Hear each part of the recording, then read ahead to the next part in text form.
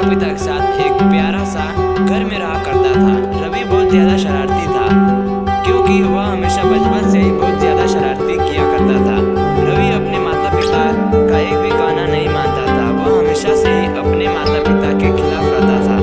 जब भी उसके माता पिता उसे पढ़ाई भेजने के लिए जाने के लिए कहते थे। आपको बता दें कि रवि बचपन से ही बहुत ज्यादा शरारती था और शरारत करते करते वह बड़ा हो गया था। जब वह बड़ा हो गया तो उसके बाद भी वह नहीं सुधर रहा था, इसलिए उसके माता पिता ने एक तरकीब सोची उसे सुधारने के लिए। रवि के साथ उसके माता पिता ने ठीक वैसा ही किया जैसे वह 20 साल हो गया था, लेकिन सुधरने का नाम नहीं ले रहा था।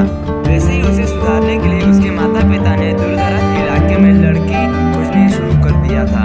ऐसे में आप सभी को लगता था कि जो लड़का अपनी खुद की जिम्मेवारी सही से न उठा पाता है, वह बोला कि नहीं, लड़के की जिम्मेवारी क्या उठाएगा। लड़की ढूंढ घंटे उसके माता पिता को एक लड़की मिल गई है और उस शादी के लिए राजी हो गया। लड़की का नाम खुशबू था। खुशबू अपने ससुराल आते हैं अपने माता पिता को समझाने बुझाने का काम चालू कर दिया। फिर उसके बाद वह दे देनी अपने पति के साथ रहने में बिल्कुल भी किसी प्रकार की डर नहीं लग रहा था। वह धीरे धीरे रवि के बहुत करीब पहुंच गई थी।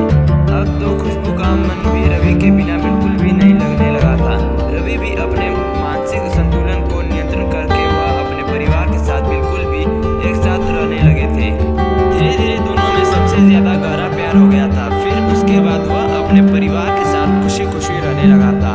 एक दिन की बात है, रवि जब अपने काम पर से घर आ रहा था तो रास्ते में उसे किसी कारणवश दुर्घटनाग्रस्त हो गया था। आपको बता दें कि रवि दुर्घटनाग्रस्त होने के बाद वह बिल्कुल भी चल फिर नहीं सकता था। फिर उसके बाद उसकी पत्नी खुशबू उससे कई ज्यादा प्यार दुलार से उसके सभी काम किया करते थे। धीरे धीरे जितना धनराशि रवि कमाता था वह सब रवि के इलाज में खर्च होने लगा था।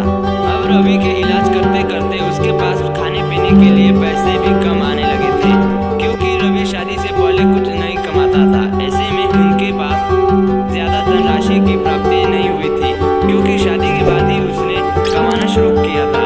करीब 1 महीना बीत जाने के बाद रवि के कमाया गए सभी पैसे लगभग खत्म हो गए थे।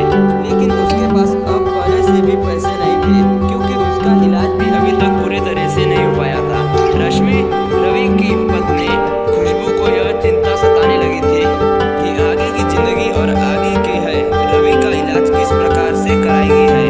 रवि अभी तक भी उसकी दवाई चल रही थी और वह ठीक होने में और भी समय लेने वाला था। अब पैसे भी खत्म हो चुके थे। तभी अचानक खुशबू को एक तरकीब सोची। उन्होंने सोची कि चलो मेरे पास जो सोने चांदी के गहने हैं उसे बाजार में जाकर बेचकर जितने भी पैसे होंगे वही रुपए रवि का इलाज कराऊंगी। खुशबू ने एक ऐसा किया कि बाप ने सारे गहने बाजार में सोनार के दुकान में ले जाकर बेच दिया और फिर जितने पैसे मिले उन सभी पैसे से वह रवि का इलाज में खर्च किया गया था। घर में खाने पीने के सामान भी लेकर आ गई थी। आपको बता दें कि कुछ दिन बीत जाने के बाद रवि और अपने से चलने और सक्षम हो चुके थे।